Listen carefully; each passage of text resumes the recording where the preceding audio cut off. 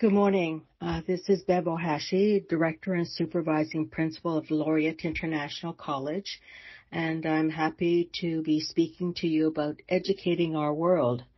It is a time when, as parents, you are perhaps thinking about what are the best options for your child and what you should consider for preparation for the 21st century, for today and for the future. So I will begin with presenting some slides to you. You may have to give me a few moments to retrieve it and post it. Good morning. I may have started earlier than the introduction, but perhaps I can start with the first slide that I am presenting, which is just the cover to explain what our topic is for this morning, educating our world and preparing our students for today and the future. There are some slides that I will be presenting, so you may have to give me a few moments to post it onto WeChat before I speak to it. So let me begin with the very first slide. So this slide talks about the skills and qualities that a student needs to develop. And this is areas and qualities that some of it is familiar to you, but it is something that we need to remind ourselves what is important for our children to develop as they go through school. They have become more important and relevant because there is a change in the technology and the speed in which changes has occurred. So you can read through the list to see that there are many things that we need to be aware of, such as change is the new norm. And therefore, because of that, with the automation and artificial intelligence, we have to consider these qualities that students must have. Current generation of students have a lot of support by parents and school. However, to prepare them for post-secondary lifestyle, gradually students must develop independence and to make wise decisions and use good judgment. Students need to be always learning, not only in the school environment, but in their daily life, where it is adapting to upgrade on the computer software or using Waze as a tool to find the best route to take to get from point A to point B. Learning technology is now a necessity, but balance is still important, that students must learn to interact with others and not just connecting to texting or computer games. So this is the next slide that again lists some of the additional competencies that each student should have in order to have a greater advantage as they become in a much more competitive world. The list talks about the language only because it's important to be adaptable, to be working in different cultures and countries. And young people and all ages are certainly traveling more throughout the world, that we are becoming much more global in terms of our thinking, and it becomes a necessity to develop cross-cultural communication skills and social-emotional intelligence. So part of being a self-directed learner is being able to stay focused on completing your task and reflecting on what you have accomplished. Students have to believe in positive opportunities and continuous learning and improving. This is what growth mindset means when we talk about being able to expand and believe that you can still learn more and achieve more. You might not be able to understand everything at this moment yet, but the opportunity will develop as the opportunity to learn in different ways will help the students achieve their goal. You may have heard that Steve Jobs, who is the co-founder of Apple, have said that you have to find something you love to do. And if you don't find something you love, you will not have the drive to keep sticking with it. Success is hard work and never giving up. And if you love what you do, you will never have to work a day in your life. And I can say that as a principal for many years, this is something I truly enjoy doing, and therefore it is not work that I feel when I go into school every day. And I hope that students will be able to find that same love for whatever profession they pursue. So this next slide shows photos of students, mainly Asian students, since most of you are from China. And having worked with Asian students in the public sector and the private sector, there are observations I have made about what challenges Asian students find in the school setting and in the classroom.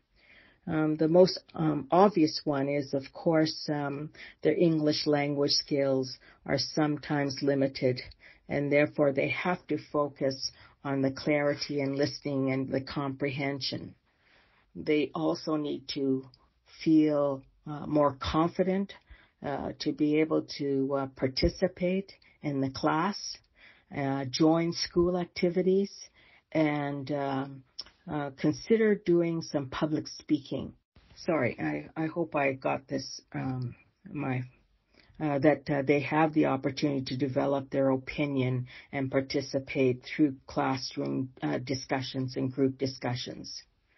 They also need to learn to self-advocate because a lot of the classes are large, and 30, 35 students may seem small in your situation, but in Canadian classrooms, they are large. The activities tend to be a little bit more different, more interactive.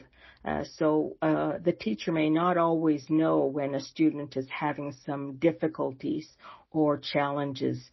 Therefore, the student has to learn to speak up and advocate for themselves and let the teacher know when they don't have the same understanding or need extra help.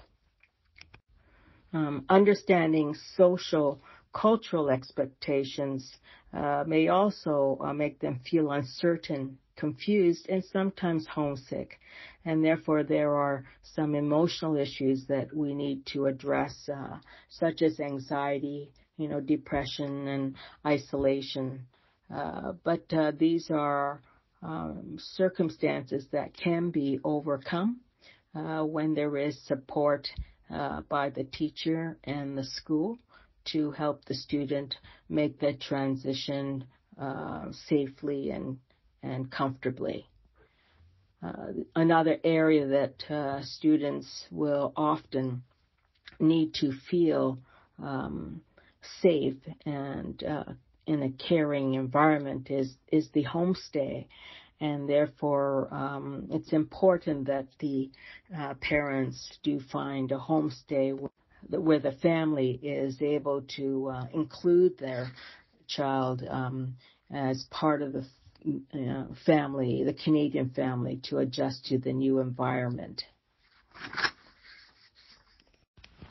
So this next slide shows some of the strategies that will work in order to overcome these challenges when students do decide to come to Canada or any foreign country to make the adjustment.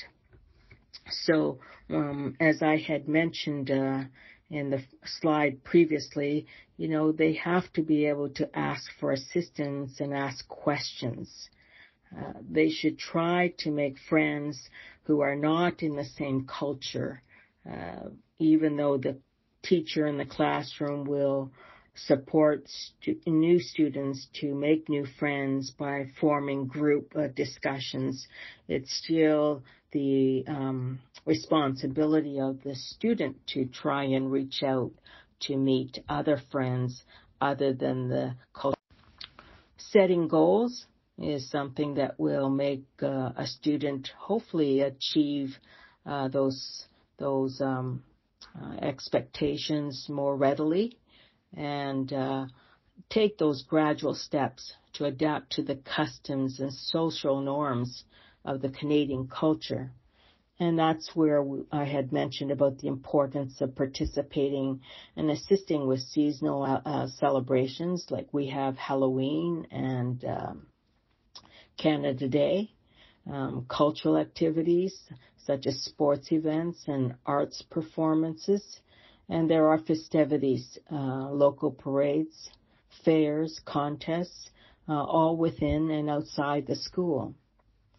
Another possibility is asking for a student ambassador to partner with your child.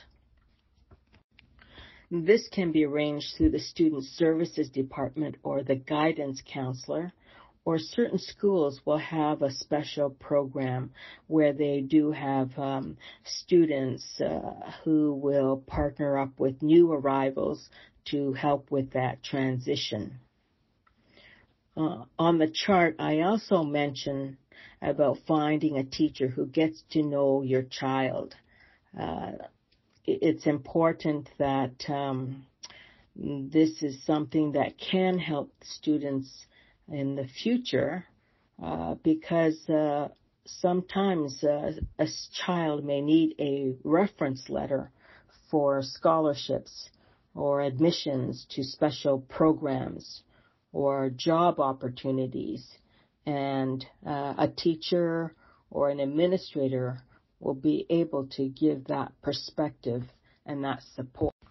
So students should make an effort to try and make sure a teacher or an administrator of the school or a guidance counselor does get to know them for 2 or 3 years because that reference letter can be what provides that endorsement when a student is applying for special programs or scholarships. So let me get ready for the next slide. So this slide is about why one would consider choosing Canada to study. And there is a chart that hopefully you can see. It talks about the quality of the Canadian education system because Canada is one of the top 10 countries in the world for math, science, and reading. And the Organization for Economic Cooperation and Development Studies show that Canada's adolescents are among the best educated in the world. At the university level, Canada has 55% of working-age adults with higher education compared to 35% in other countries. And each province established So Ontario is one of the strongest education systems along with Alberta. When the statistics are collected by the OECD or the PISI, both as international organizations, the data usually reflects Ontario and Alberta. Newly arrived migrant families integrate rapidly, even to perform at the same high level as their classmates. And this is significant when you think about how students have challenges in making that transition here in Canada. New immigrants are able to make that adjustments with the right support that's available in the school. Another feature when you look at the chart of why people will choose Canada is that because we do have a fair and equal access to education. As many of you may be aware that Canada is a very multicultural country, and therefore it's important that steps are taken to ensure that newly arrived students or immigrants are able to have same access to as all Canadians should. So 95% of international students do recommend Canada as a study destination. And 51% of international students plan to apply for permanent residence in Canada after they I hope that got recorded. The reputation of Canada being a multicultural society is the perception people have of Canada as being open and receptive to immigration.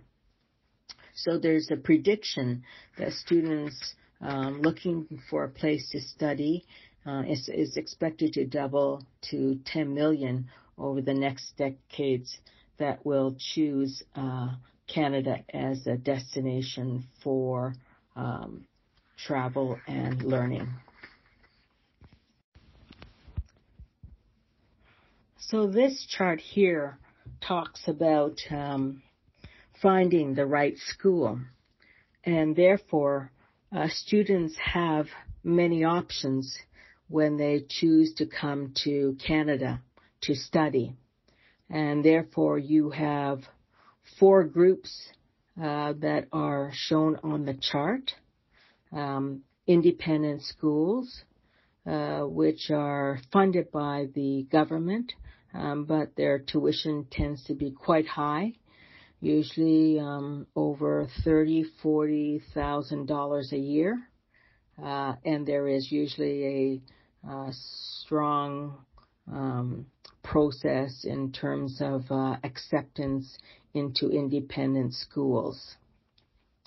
The next is school boards, which is one of the more popular destination, and Ontario is set up with 2 major boards, the public and the Catholic school board system, in which there are many schools here in Ontario, and specifically Toronto, where students have many options of choices to attend these schools. And these schools are also determined by where you live or where the homestay will be, that will determine which school they will be able to attend.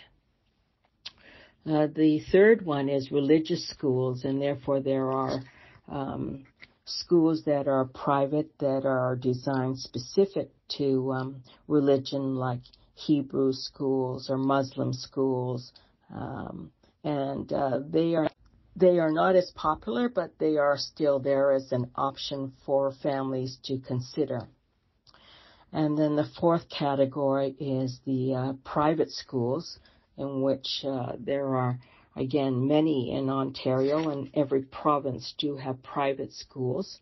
That is where I am currently principal of Lorient International College, which supports international students, but also local students as well. Private schools must register with the Ontario Ministry of Education and register to meet the standards and requirements before they can offer credit courses.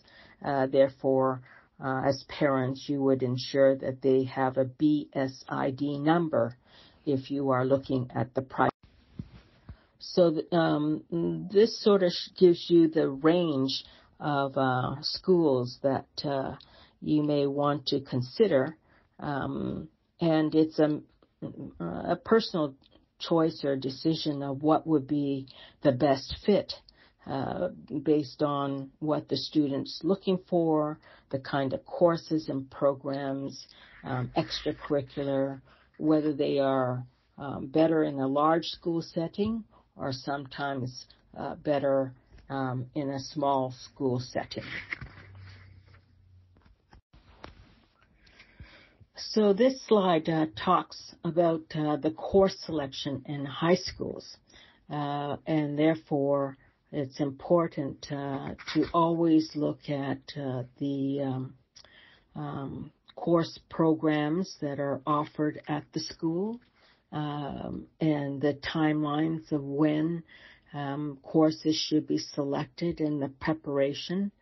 You may already know that to graduate from high school, you have to have a minimum of 30 credits, of which 6 of them must be at the grade 12 level for university or college applications.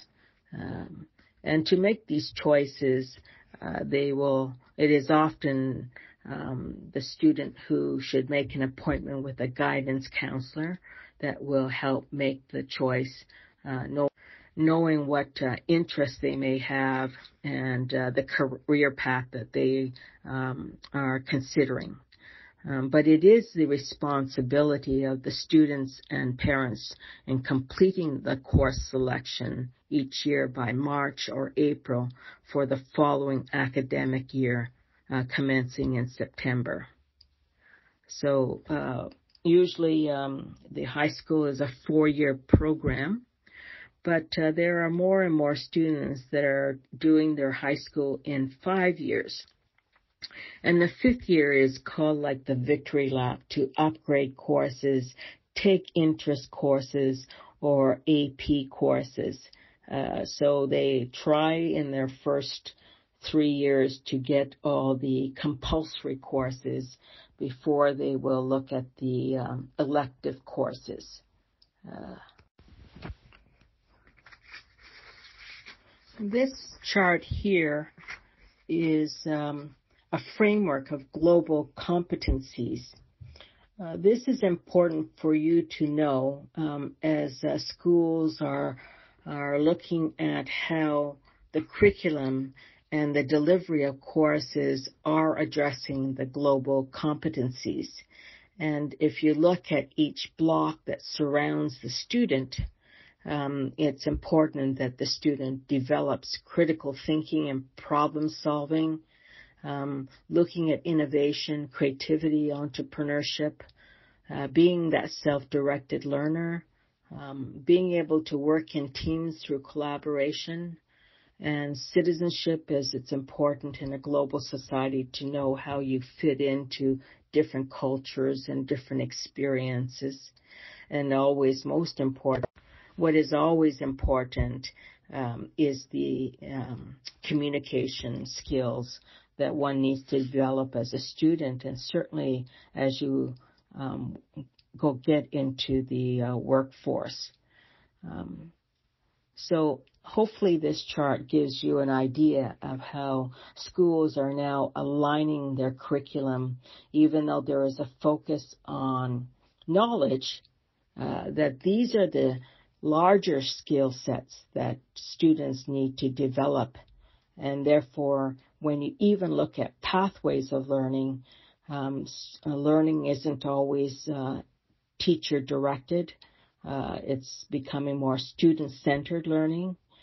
They consider online learning, blended model, looking at independent study projects, and assessment is varied, not just looking at assessment isn't just looking at tests and quizzes or projects. In a recent article written by Thomas R. Hoare, he talks about the 5 skills that one should have in today's world, and that is empathy, self-control, integrity, embracing diversity, and grit. So it is these intrapersonal and interpersonal skills, success skills, that defines the importance of human literacy. Schools have always focused on literacy and numeracy as an important part of the curriculum, but it's also just as important to have an understanding of digital literacy, workplace-oriented literacy, financial literacy, And what her talks about is human literacy.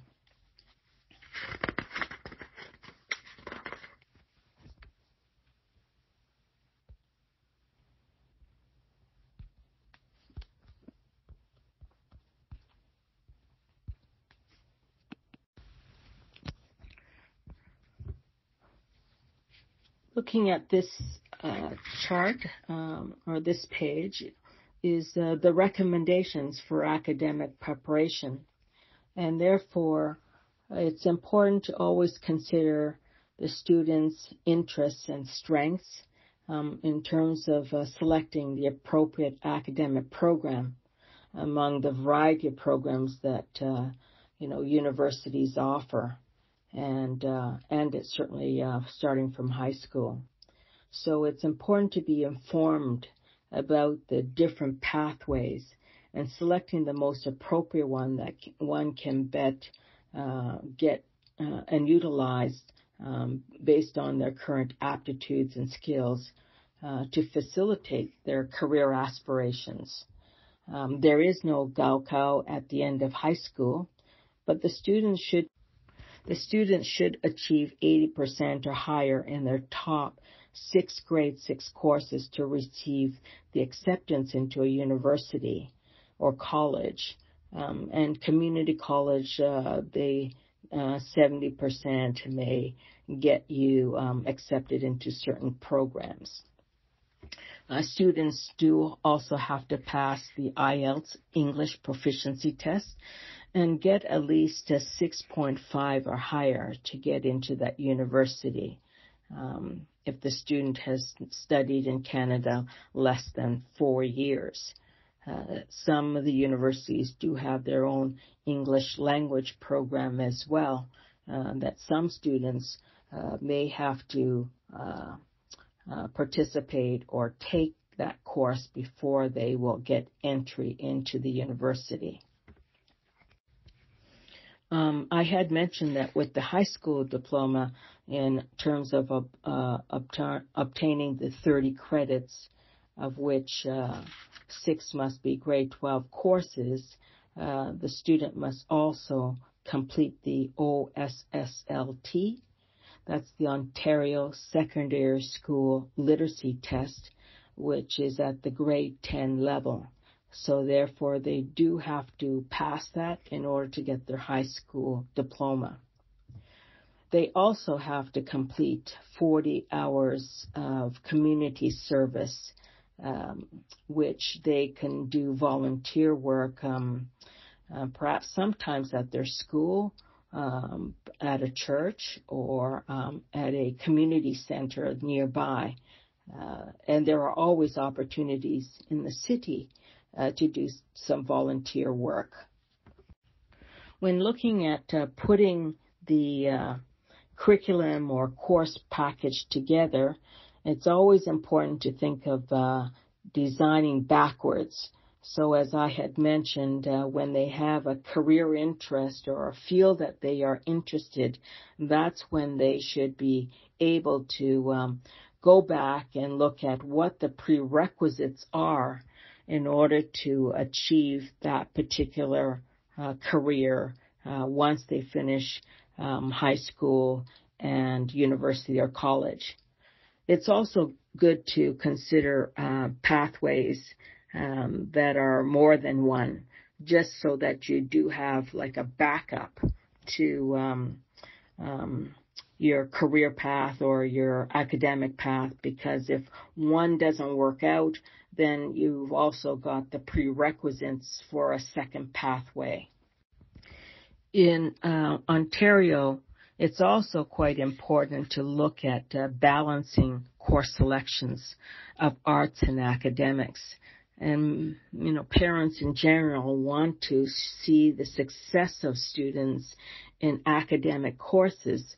However, students will find they will enjoy school much more and do better in the academics if they are permitted to enjoy learning and taking courses like music and arts or sports, drama, as a way in which they could also develop their skill level and their learning. So it's really important to consider not just the academic courses as the plan for students. Okay, this chart here is just to give you an idea of what a typical classroom could look like. Sometimes people have a perception that the students in Canada all look the same, yet that is not the case because we are such a multicultural country, and particularly in Toronto. So you've got a chart there that shows 6 students who have different nationality background, where they are from, but you can also see that with Chinmay and Teresa, they are Canadian, but they would be of Korean descent or Greek descent. They also show a variety of hobbies and strengths and weaknesses. It is quite common that the teacher will have to deal with a class that's quite diversified in terms of the standards and expectations of a mixed class of students. In the bottom section, it just shows the variety of academic levels. So when you look at the subjects that the students take, they will have a full range of abilities that's not always going to be in one area or a high academic level or low academic level. They will often have a mixed profile of where students will show some strengths and some areas where they often need to improve.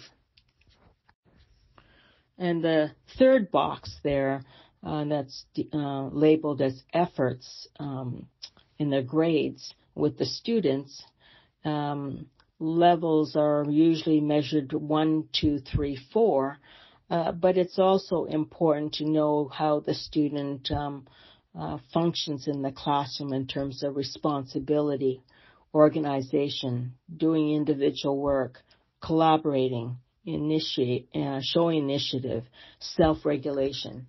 And these are words that I've used already at the beginning of the presentation.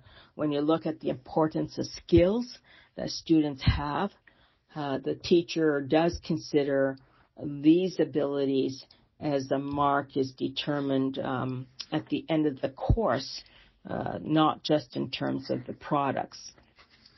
As I had mentioned before, it's also the use of triangulation is that the teacher does look at observations, how the student is working in the classroom independently and as a group, and conversations. Conversations are also marked and evaluated by the teacher or by other students because the conversations will often determine how the student is able to articulate their learning and their understanding. And therefore, these are also areas in which the teacher will include that as part of the mark when the final mark is calculated. This chart shows the options students have once they finish high school. And therefore, yes, there's a possibility the student can go straight to work and get employment right away. They might consider the apprenticeship and training programs, which are usually short-term courses specific to a particular position that a student is definitely interested in becoming skilled at. And community colleges, again, there is about 152 publicly funded colleges right across Canada, of which 26 community colleges are here in in Ontario, and they still decide to apply to the United States, UK, Australia, or anywhere in the world. We do recommend that students in their grade 12 year apply for both community college and university because there may be different options that they want to consider. There are more students that are going into community college first and then considering going to university. This is because colleges provide more specific training before a student is able to consider going to university and obtaining a degree. And I don't know whether or not parents realize that this is becoming another pathway for which that students can get post-secondary education. But the transition from high school to university is a big change in terms of responsibility and getting English language support. In their final year, you will find that students will try to repeat courses to upgrade their marks. As I mentioned earlier, 80% or higher is important at the university level, and community colleges is 70% or higher. So if in English a student has a mark of like 75% and applying to university, they may choose to do the grade 12 English course again in order to push it up to an 80%. And I know students are concerned that would this affect their chances of admission when they have repeated a course in order to upgrade, because the transcript does show when a student has repeated a course. But most universities do not have time to scan through an entire transcript and then do look at only the grade 12 top marks as an average to consider them for admission. With the exception of a student who is applying for University of Toronto Engineering, Queen's Business courses, and Waterloo Engineering. Those three, they do look at duplicate courses, but other programs and universities do not. Looking at job opportunities in the future, there is the prediction that it's very difficult to know with certainty what will be the jobs for the future. They say that 47% of today's jobs could be done by machines within the next couple of decades, and therefore jobs such as cashiers, office clerks, waiters, waitresses, bookkeeper, accountant, receptionist, counter salesperson will all become deleted. They are not jobs that could last for a long period of time because of automation.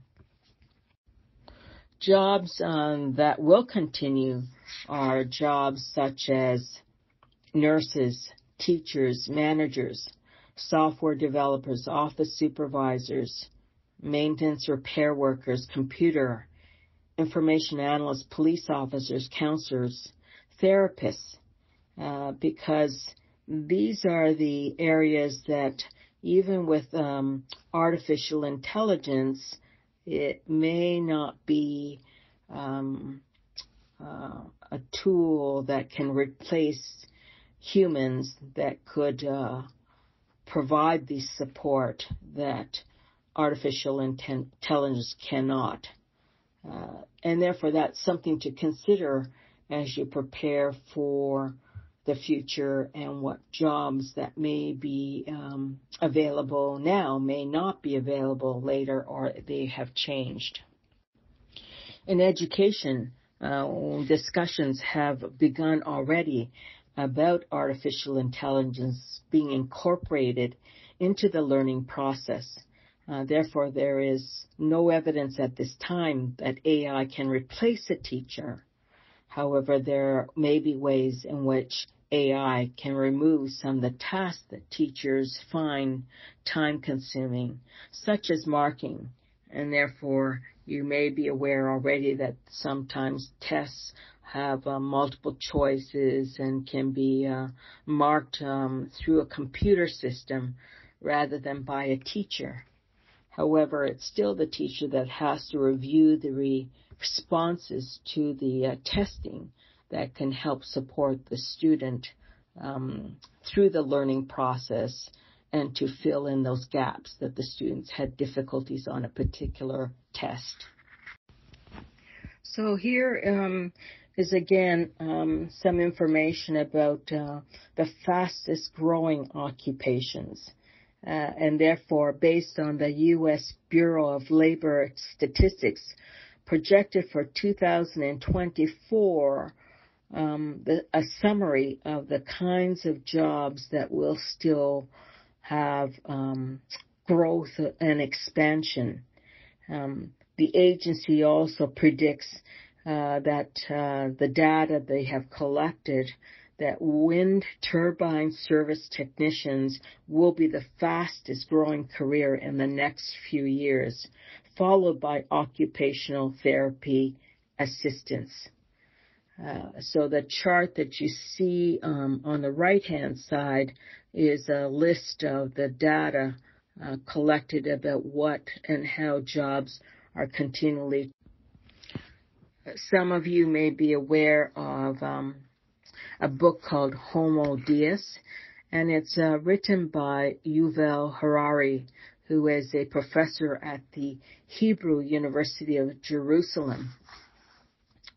And he talks about the future of humankind and the end of humanism and the rise of artificial intelligence.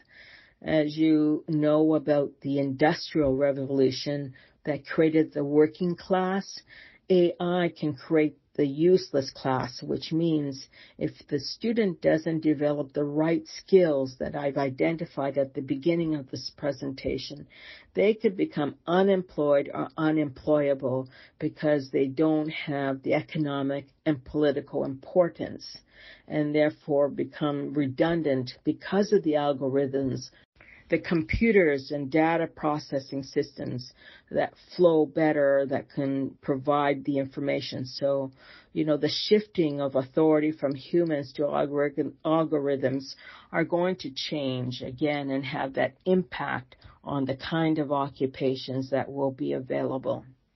We already experience that now using algorithms, because when you look at the smartphone, you will use Google to often make decisions about certain products that you are going to purchase.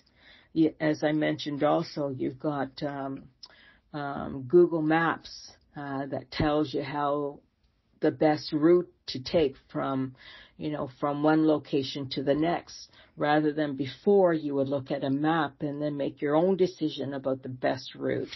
But now the AI makes that choice and decision for you. This is some of the summary of my final thoughts with the many years of education I have as a principal and as a coach, and having worked in the public education system and currently in the private sector. We all know that education is an important investment. But at least this is an investment that no one can take away from you. The education is yours to keep, and it's for you to decide what you're going to do with it. Learning to integrate technology is also a critical part of learning, as I mentioned about digital literacy and the use of technology that's already incorporated in many of the classrooms through the blended model and online learning. I talked about change, and that's something that's going to be the norm, and therefore we have to be people that accept the change and continue to learn to adapt to those changes. So learning becomes, as I mentioned about learning is forever. It's going to be part of what we are and how we continue to make choices based on how we are always learning. The most powerful team, of course, for student success is the partnership of the student, the parent, and the school. And when you make those connections, there has always been success. There isn't failure because all three partners are working towards the same goal to ensure the student does succeed. Authentic networking, I've also made reference to that it's a skill that students need to know how that could be useful. And you start at the high school level to know how you start to make friends and develop connections and seeing how those networks can support you as you go through university and through your career paths. And certainly, education shouldn't be what it is when you went to school. Sometimes we like to believe that we had succeeded, and so we have as adults. But the world is quite different with the technology and the pace in which changes occur, so that the classroom has become quite different in terms of how instruction is given. Sometimes the students may come home and say, I didn't learn too much because the teacher didn't teach that much, because the model is to have the student do more of the learning, and it's directed through inquiry-based learning. So the teacher will also consider what the student is interested in and then design what it is that's going to be taught in the classroom based on that. But it's often directed by the student in terms of where and what they want to learn, still meeting the requirements of the ministry and the course expectations. I had the opportunity to listen to the Canadian Bank CEO to a group of principals, and he had said that what he wants schools to do before they become an employee for his bank is that they have two things, and those two things are communication skills and networking. And so therefore it is not just the top marks that the students needs to achieve, but it's important how the person interacts with the student. And he had given an example of a top student with the highest mark and another student that may not have had the best marks but had the interpersonal skills. After 6 months in their new position as they left the management school of UT, it was the student with the top marks that got fired because it wasn't the marks that they were important of, even though he was intelligent enough to do the work. He didn't have the skills in order to relate and communicate effectively and develop those relationships and rapport with the employees. So I know as parents, you really want to emphasize the top marks, but in school, they need to learn the importance of social and emotional intelligence and the importance of collaboration and cooperation. So at this point, this concludes the presentation. Since I'm not able to take questions, since I don't understand Chinese, I am giving you two contact people that work with me, Meg Liang, who is a program counselor, and Wei Jiang, administrative assistant at Laureate. and their WeChat contacts. So if there are questions or comments that you would want further clarification, please contact them through WeChat, and I'd be very happy to respond or reply or provide an answer. Shinin Kwai Lo, Wai Nan.